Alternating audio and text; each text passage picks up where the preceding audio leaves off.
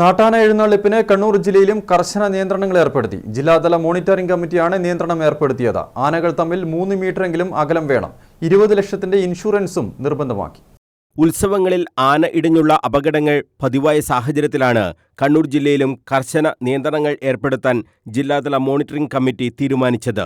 ADM പത്മചന്ദ്രക്കുറുപ്പിന്റെ അധ്യക്ഷതയിൽ നടന്ന ജില്ലാ മോണിറ്ററിംഗ് കമ്മിറ്റിയാണ് നിയന്ത്രണം കൊണ്ടുവരാൻ തീരുമാനിച്ചത്. ആനകൾ തമ്മിൽ 3 മീറ്ററെങ്കിലും അകലം നിർബന്ധമാക്കി.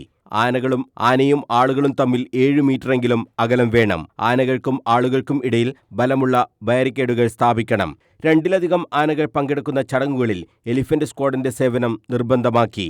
ചടങ്ങുകൾക്ക് കുറഞ്ഞത് 20 ലക്ഷം രൂപയ്ക്കെങ്കിലും പബ്ലിക് ലയബിലിറ്റി ഇൻഷുറൻസ് എടുത്തിരിക്കണം. വെടിക്കെട്ട് ആനകൾ നിൽക്കുന്ന സ്ഥലത്തു നിന്നും കുറഞ്ഞത് 50 മീറ്ററെങ്കിലും അകലെയായിരിക്കണം. ഇത്തരം നിർദ്ദേശങ്ങളാണ് ജില്ലാ മോണിറ്ററിംഗ് കമ്മിറ്റി മുന്നോട്ടുവെച്ചത്.